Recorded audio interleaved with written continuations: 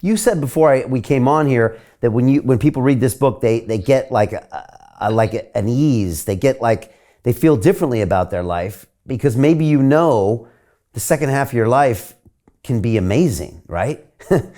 And so, is it also worth investing in your body and your brain earlier because there's going to be more to it later? Well, there's going to be more to it later, and it's really important. So, for a bunch of different biological reasons, there's something we could talk about as the mindset of old. But let's first start talking about so one of the things you said, one of the myths, aging is just a physical process. It's not. It's a mental process as much as a physical process. In fact, I'm sure at some point in this conversation, we're going to talk about like peak performance aging in a sentence, and I'll summarize it for you. You'll notice there's really 10 terms in that sentence. 7 of them are psychological interventions. There's very few physical interventions. They're mostly psychological interventions. And the classic example is mindset. So a positive mindset towards aging, which you just displayed. I think my best days are ahead of me. My second half of my life is filled with amazing possibility. A bunch of reasons we could talk about. It produces, and this is a very well-established fact, this isn't just one study, this is a lot of studies, an extra 7.5 years of healthy longevity. That's kind of incredible. That means if you're morbidly obese and you have a shitty mindset towards aging, you want to live a longer, healthier life, it's more important to switch your mindset than it is to lose weight. And that mindset of old, the counter to this, why does it set up? Where does it come from? And by the way, mindset of old is if you got the voice in your head and saying you're too old for this shit, that's the mindset of old, right? Yeah. And if you're saying it to other people, you're too old. That's the mindset of old. So a couple things to really know about this.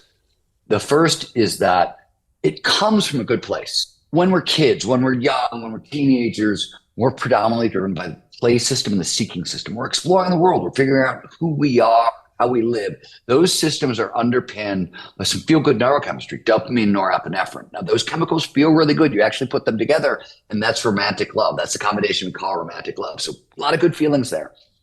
When we find the stuff that we want and have, like, oh, I've got the right partner. Oh, I've got the right job. Oh, I like my car. Oh, I like my apartment, whatever it is. And it really happens with kids once we have children or even pets in our lives.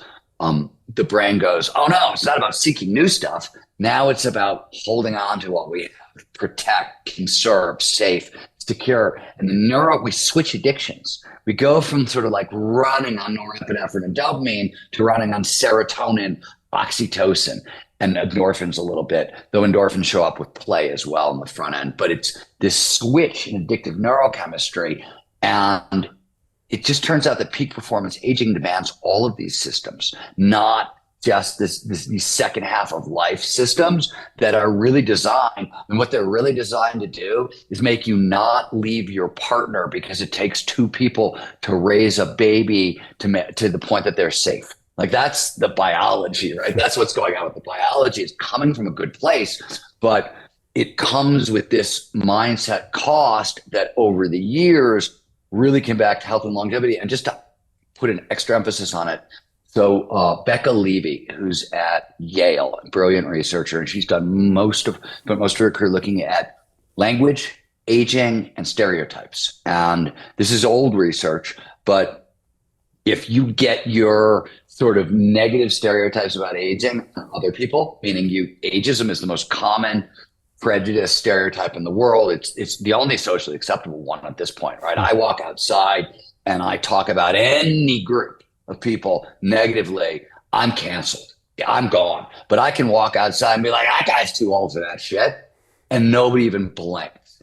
And yet, huge impact on health and longevity. And just to give you one study, this study ran for 38 years. So really long bit of data. They found that those people who grow up around negative aging stereotypes or are subjected to them and believe them, once they hit 60, memory performance is 30% worse than those people who grew up without aging stereotypes or an old mindset.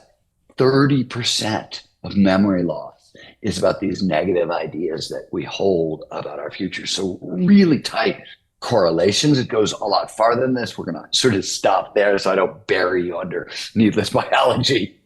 No, it's super interesting. It's almost, like the reverse placebo effect. I mean, if you believe it, then you manifest it. And we hear all the time about, manifesting things and bringing them into your life, and people are dubious. But, if there's studies that are showing that, and it all makes sense. And again, even you gotta look at.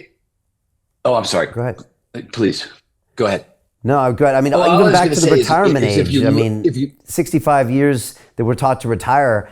Like you said, when you're born, you're almost structuring this life out in your head subconsciously of when I'm going to be done, and then you almost convince yourself that's doing that. Obviously, your grandparents have all been fed that loop as well, and they're acting accordingly, act your age, and then I guess it becomes this damaging self-fulfilling prophecy. I'll let you go. No, and you're totally right. And all I wanted to say is, have you looked at the numbers on the placebo effect? That's the thing. People say, oh, it's a placebo effect. No. 50% of any drug's impact is the placebo, or on the backside, the negative, the nocebo, right? So you're talking about a tremendous 50% of what any substance we give you, right, is going to do comes down to what you think or don't think it's going to do. That's every situation, right? That's a very tight correlation. We tend to dismiss it with the placebo effect, but look at the data on the placebo effect. It's kind of shocking. So Jim Rickards has just recorded a video that's not available to anyone in the public, and he's going to be talking about how this upcoming recession is going to be fast, it's going to be bloody, it's going to be nasty. But at the same time, he's going to show you how you can position yourself to profit from all of this chaos. Now, we've made this video only available to our viewers. Go to londonreal.tv/Jim. Watch that immediately. I can't say enough good things about Jim Rickards. He understands the global economic system better than any guest I've ever had on London Real. His predictions are almost uncannily true, and you can learn how to profit from his vision, from his expertise, and his understanding of economics. So go to londonreal.tv/Jim or click the link below. It's an excellent, excellent look on what's going to happen in the future and how you can position yourself to profit from that. Jim is one of the best in the business, one of my favorite guests on London Real, and he's very, very good at predicting the future and showing us all to profit from it. So click the link, and I hope you enjoy.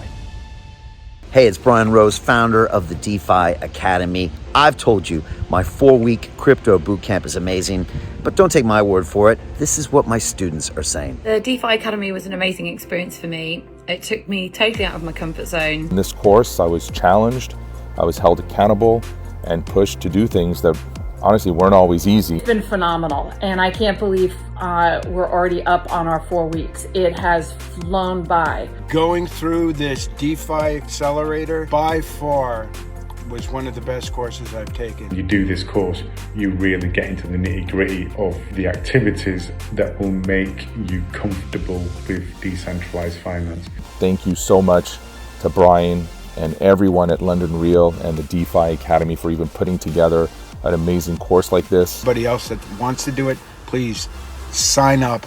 It is well worth the money.